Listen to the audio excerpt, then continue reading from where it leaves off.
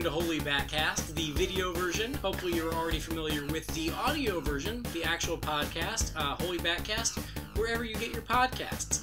I wanted to get you a video version, though, this week, because it's a big week for us Batman fans and for us DC fans, because Justice League is hitting theaters.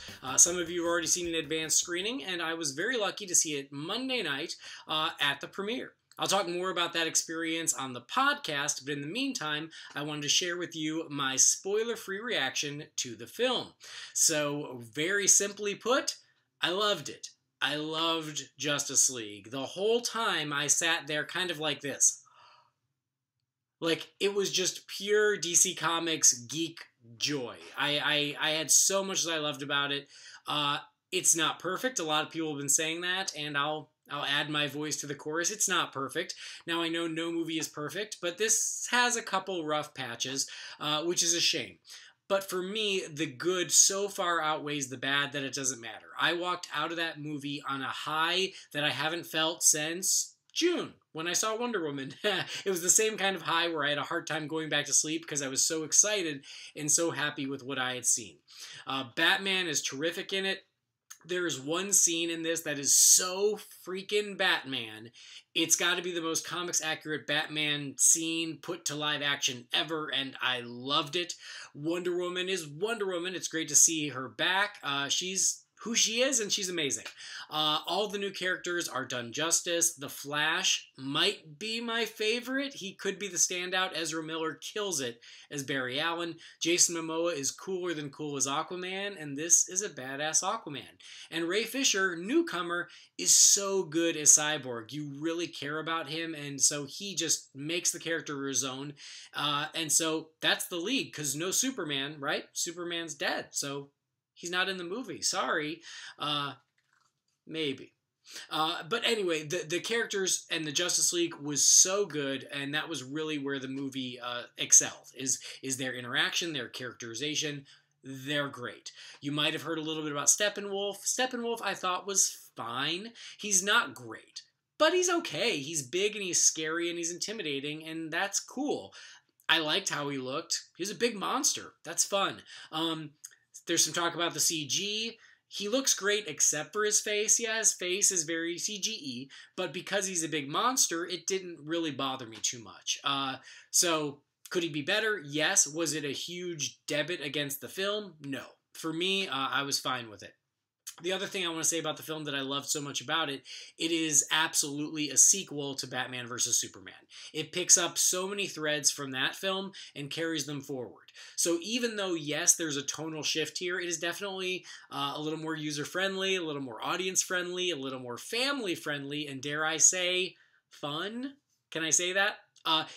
Even though it's all those things, it still very much feels like a sequel to Batman vs. Superman. So I think they found the right balance of moving things forward from the people who love Batman vs. Superman, but also adjusting things to make it more accessible to the people who didn't love Batman vs. Superman. I mentioned it was family-friendly. Some people were worried about bringing their kids to Batman vs. Superman. This one, there's no worries. Bring the kids. The kids are going to love it. The kids are going to beg you to come back. The kids are going to want to dress up like the Justice League for Halloween, as they should. They're great. My biggest negative for the movie is maybe it's cut a little too tight. I think it could have breathed a little more, maybe, and not a lot. Like 10 minutes, I think, would have done it. Just allow the film to breathe, because it just feels like it just moves. I think that was probably to get it under 2 hours. And then there are a couple scenes that were obviously, I think, from the reshoots. And I wish it had been a little more seamless. Unfortunately, it's not seamless. I could tell.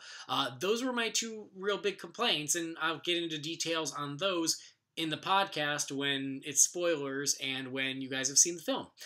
The other thing I got to mention real quick before I let you go back to your lives is the post-credit scenes. You know there are post-credit scenes. They're so good. They're perfect. There's two of them. There's a mid-credit scene and a post-credit scene. Both are perfect. You don't want to miss them. Hold that pee 5 minutes longer. You won't regret it. It's worth it. They're so good. So yeah, I couldn't wait to see more. I walked out of the film on cloud nine, wanting to watch it again. For a DC Comics nerd, it is DC Comics heaven. They really, really nail it, especially where it matters with the team, with the team and who they are and watching them in action. Everybody gets great moments to shine. So there's so much to love here. I wish it was all 100% seamless. Unfortunately, it's not. But so much of the entertainment just outweighs those little nitpicks that I might have. So I loved it. I couldn't wait to see it again. I couldn't wait for everyone to see it so we could talk about it. So go see it so we can talk about it. But in the meantime, if you're looking forward to this film, have a blast. I know I did. I hope you did too. And we'll talk about it in great detail on Holy Batcast, the audio podcast. So check that out wherever you get your audio podcasts, or go to holybatcast.com and keep an eye out for that in-depth review that'll be coming later this week. You can also follow us all over social media on Facebook, YouTube, Twitter, Facebook, Twitter, Instagram, and YouTube. So just find Holy Batcast, and we're the only one. There we are. So subscribe to the audio podcast, subscribe to the video. I hope you guys are glad there's a new video. It's been a long time. I apologize, but I'll do what I can. But in the meantime, it's been Andy DiGenova, Holy Batcast. Enjoy Justice League week. And this is a historic moment for DC fans. Enjoy every minute of it. Have a blast. And we're going to talk about the movie in great detail very soon. So until next time, this is Andy. We'll see you soon. Next time, same bat time, same bat channel. Bye now. Thank you so much for checking out this episode of Holy Batcast. You can watch some of our other videos right here, and please subscribe to the channel on YouTube. You can also go to our website, holybatcast.com, so where you'll find the audio podcast. And if you listen to that show, do us a huge favor, please go to iTunes and rate and review the show there. It really helps get the word out about the show. Plus, on that website, so we're going to be able to pick up and purchase your very own stylish Holy Batcast shirt of your very own. So if you're feeling jealous, you can get one of these for you or a Bat fan in your life. You can also find us all over social media on Twitter, Instagram, Facebook. Just search for Holy Batcast, and there we are. And like Michael Keaton's Batman always says, I want you to tell all your friends about me. So tell your Bat fans in your life about Holy Batcast, because we're always interested in meeting new Batman fan friends. So that will do it for this episode. We will see you around Gotham.